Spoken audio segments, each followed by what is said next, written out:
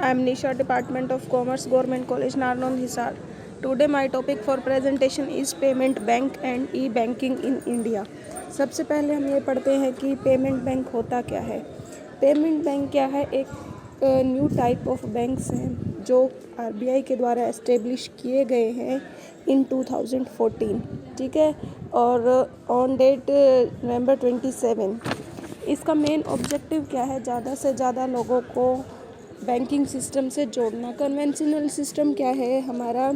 वो क्या करता है? लोगों की डिपॉजिट्स को एक्सेप्ट करता है और फिर आगे लोगों को लोन ग्रांट करता है। जबकि पेमेंट बैंक क्या है हमारे? सिर्फ लोगों की डिपॉजिट एक्सेप्ट करते हैं, ये लोगों को लोन ग्रांट करने का काम नहीं करते। और इसका मेन ऑब्जेक्टिव क्या है कि जो भी हमारे छोटे छोटे इन्वेस्टर्स हैं या लो इनकम ग्रुप के लोग हैं, स्मॉल बिजनेस यूनिट्स हैं, उन लोगों को बैंकिंग सिस्टम से जोड़ना या ऐसे एरिया में अपनी ब्रांचेस खोलना जहां पर कोई भी कन्वेंशनल बैंक नहीं है, जैसे रूरल एरिया या बैकवर्ड एरिया, ऐसे एरिया में लोगों को बैंकिंग सिस्टम से जोड़ना।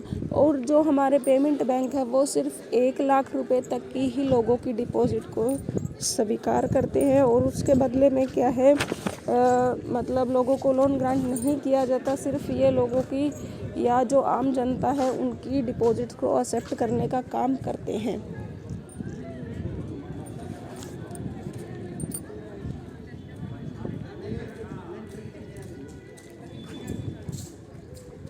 अब है इंडिया के अंदर कौन कौन से हमारे पेमेंट्स बैंक काम कर रहे हैं। 11 कंपनियों ने किसके लिए? लाइसेंस के परमिशन के लिए एप्लीकेशन दी थी, जबकि उसमें से सिर्फ 7 ही कंपनियां क्या कर रही है? पेमेंट बैंक के रूप में काम कर रही हैं।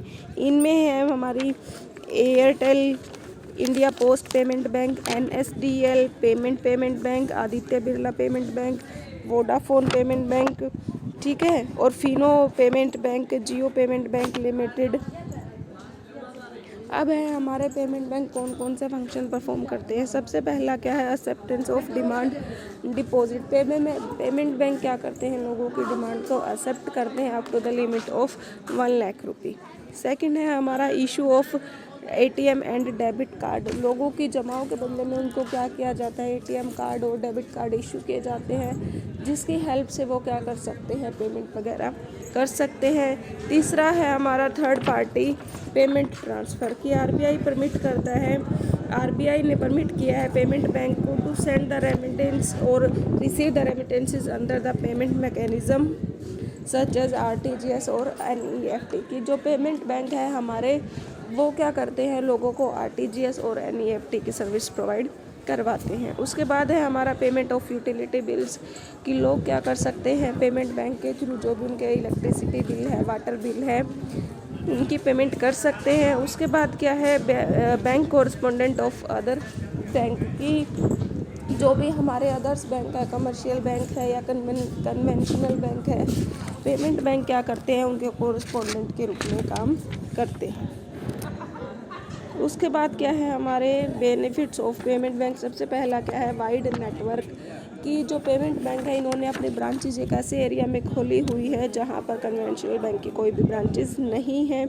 उसके बाद क्या है? Low cost. ये अपने रिटेल आउटलेट के जो भी स्टोर हैं वहीं पर क्या करते हैं? पेमेंट बैंक की फैसिलिटी प्रोवाइड करवाते हैं, इसलिए इनके लिए क्या है कि कोई एक्स्ट्रा एस्टेब्लिशमेंट की ज़रूरत नहीं पड़ती। उसके बाद क्या है? कन्वीनियंस कि ये आम जनता को उनके डोर स्टेप पर, यानी कि जो एरिया उनके घर के पास पड़ता है, जो भी रिटेल आउटलेट उनके घर के पास है, वहाँ पर क्या करते हैं? लोगों को सर्विसेज प्रोवाइड करवाते हैं, जिससे आम जनता क्या कर सकती है? ईजिली पेमेंट बैंक की सर्विसेज ले सकती है।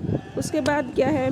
सेफ्टी की। इसमें क्या है कि सिर्फ 1 लाख रुपए तक की ही लोगों की डिपॉजिट को स्वीकार किया जाता है और जो भी इसके अंदर क्या है? आरबीआई के रूल और रेगुलेशन फॉलो किए जाते हैं, इसीलिए ये क्या है? हमारा सेफ है। उसके बाद क्या है? लिक्विडिटी कि लिक्विडिटी में क्या है कि जो पेमेंट बैंक है उसका 75% कहाँ पर इन्वेस्ट किया जाता है? जो भी डिपॉजिट है गवर्नमेंट सिक्योरिटी के अंदर और ट्रेजरी बिल के अंदर, जिनको हम इजीली क्या कर सकते हैं? कैश में कन्वर्ट कर सकते हैं। उसके बाद क्या है? No risk of non performing assets की। ये जो हमारे बैंक है वो कोई तरह का लोन ग्रांट नहीं करते आगे, इसलिए इनका क्या है? NPA का हमारा डर नहीं रहता।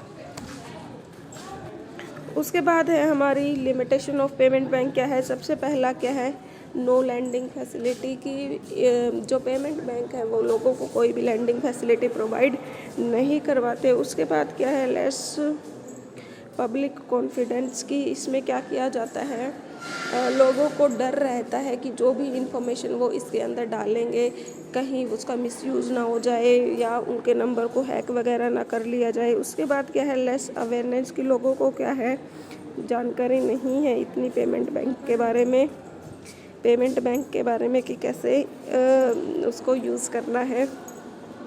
उसके बाद क्या है, लिमिट ऑन डिपॉजिट की। ये लोगों की सिर्फ 1 लाख रुपए तक की जमाओं को ही स्वीकार करता है। नेक्स्ट है हमारा e banking. E banking is also called internet banking, virtual banking. In e banking customer को क्या है, सर्विसेज प्रोवाइड करवाई जाती है कि वो ऑनलाइन क्या कर सकते हैं, अपनी ट्रांजैक्शन को डील कर सकते हैं। जैसे ऑनलाइन जो एक अकाउंट से दूसरे अकाउंट में ट्रांसफ़र कर सकते हैं, ऑनलाइन कोई भी पेमेंट करनी है वो कर सकते हैं, ठीक है। उसके बाद क्या है, कौन कौन सी सर्विसेज हैं जो इंडिया में प्रोवाइड करवाई जाती है। सबसे पहला क्या है, डेबिट कार्ड। डेबिट कार्ड क्या है, कस्टमर को इशू किया जाता है। It is a type of plastic money. इसमें क्या किया जाता है कि जितना भी अकाउंट में पैसा होता है कस्टमर का, उसके लिए वो क्या कर सकते हैं, उस डेबिट कार्ड के थ्रू कोई भी पेमेंट कर सकते हैं या वो अपने अकाउंट में से पैसे निकाल सकते हैं। उसके बाद क्या है, क्रेडिट कार्ड। क्रेडिट कार्ड क्या है, एक टाइप का ओवरड्राफ्ट है या लोन फैसिलिटी है जो बैंक के द्वारा कस्टमर को प्रोवाइड करवाई जाती है, ठीक है। और ये एक लिमिट तक की ही होती है, ठीक है, कि जितना पैसा मतलब उनको 50,000 रुपये की या 1 लाख रुपए की, तो वो अपने अकाउंट से क्या है इतने रुपए निकाल सकते हैं। इसके लिए क्या है कि उनके अकाउंट में इतने पैसे होना ज़रूरी नहीं है। उसके बाद है हमारा एटीएम। एटीएम क्या है, ऑटोमेटिक टेलर मशीन। ये क्या है, 24/7 काम करती है कि जो भी कस्टमर्स हैं वो क्या कर सकते हैं, किसी भी टाइम एटीएम से पैसा निकाल सकते हैं, अपने अकाउंट की स्टेटमेंट के बारे में चेक कर सकते हैं।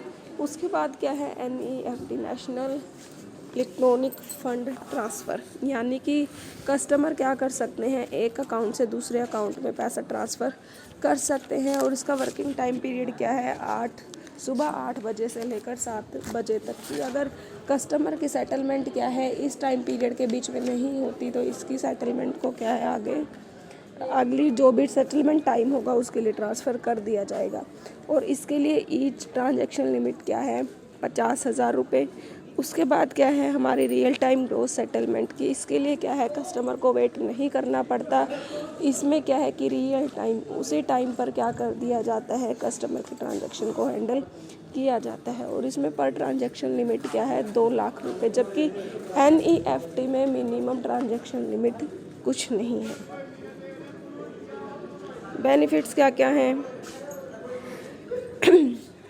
ये क्या है, ट्रेडिशनल बैंकिंग के कंपैरिजन में ज़्यादा सेफ़ है।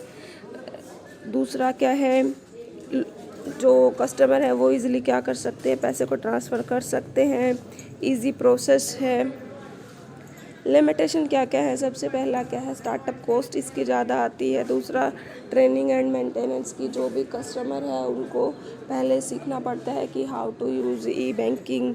सिक्योरिटी, इसमें क्या है, सिक्योरिटी कम होती है क्योंकि ऑनलाइन क्या होता है इसमें हैकिंग का ख़तरा ज़्यादा रहता है कि लोग क्या करते हैं, अकाउंट को हैक कर लेते हैं। उसके बाद क्या है, लीगल इश्यूज़ हैं इसके अंदर कि जो भी गाइडलाइन वगैरह है वो इसके अंदर फॉलो करनी पड़ती है।